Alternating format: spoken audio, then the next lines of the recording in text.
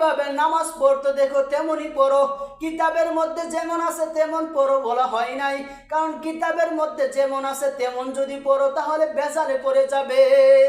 না না, নবী যেমন পড়ছে তেমন পড়ো, কিতাবের মধ্যে যেমন আছে তেমন পড়ো বলা হয় নাই। কারণ কিতাবের মধ্যে যেমন আছে তেমন যদি দেখে মানুষেরা আমল করে তাহলে ভেজালে পড়ে যাবেন। কারণ কিতাবে আছে নবীর নিচে হাত বাঁধো, কিতাবে আছে বুকের উপর হাত বাঁধো, কিতাবে আছে হাদিসে আছে বান্দা আস্তে আমিন বলো, কিতাবে আছে বান্দা জোরে আমিন বলো। দরকার নাই। নবীজি বলেন সাহাবায়ে কেরাম তোমরা নামাজ আদায় করো, আমাকে যেমনইভাবে নামাজ পড়তে দেখেছো তেমন পড়ো।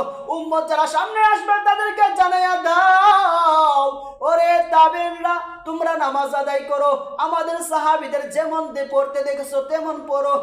তোমরাও সামনের লোকদেরকে জানাইয়া দাও, ওরে তাবেঈনরা তোমরা নামাজ আদায় করো, আমাদের তাবেঈনদের যেমন পড়তে দেখেছো তেমন আদায় করো। ওরে তাবেঈন তোমরা উলামায়ে কেরামদেরকে জানাইয়া দাও, ওরে উলামায়ে মুতাকাদ্দিমিন তোমরা নামাজ আদায় করো, আমাদের তাবেঈনদের যেমন নামাজ পড়তে দেখো।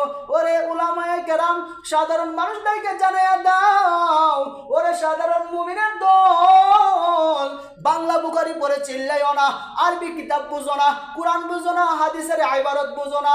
অতএব উলামায়ে কেরাম আহলে কান্নাওয়ালা আলেম, অহংকারী আলেম না, হিংসুক আলেম না, যেই জবান দিয়ে গালাগালি করে সেই আলেম না, যেই আলেমের বয়ানে কান্না, যেই আলেমের বয়ানে আল্লাহর মুহাব্বত, এমন একজন হালাল তরিকার উপর চলনেওয়ালা আমল করনেওয়ালা আলেম যেমনইভাবে নামাজ আদায় করে তেমনইভাবে নামাজ আদায় করো, তাহলে কোনো ভেজাল নাই। নামাজ রাসূলের সুন্নত তরিকায় পড়তে হবে, রাসূল যে সিস্টেমে বলছে সেই সিস্টেমে পড়তে হবে। তো আমি বলছিলাম যে আল্লাহ তাআলার কাছে আমল কবুল হওয়ার জন্য শর্ত হলো 4টা। এর মধ্যে 1 নাম্বারটা ছিল ইলম জানা থাকতে হবে। প্রত্যেকটা আমল কবুল হওয়ার জন্য বান্দার ইলম থাকতে হবে। ইলম নাই আমল সঠিক নিয়মে করতে পারবে না।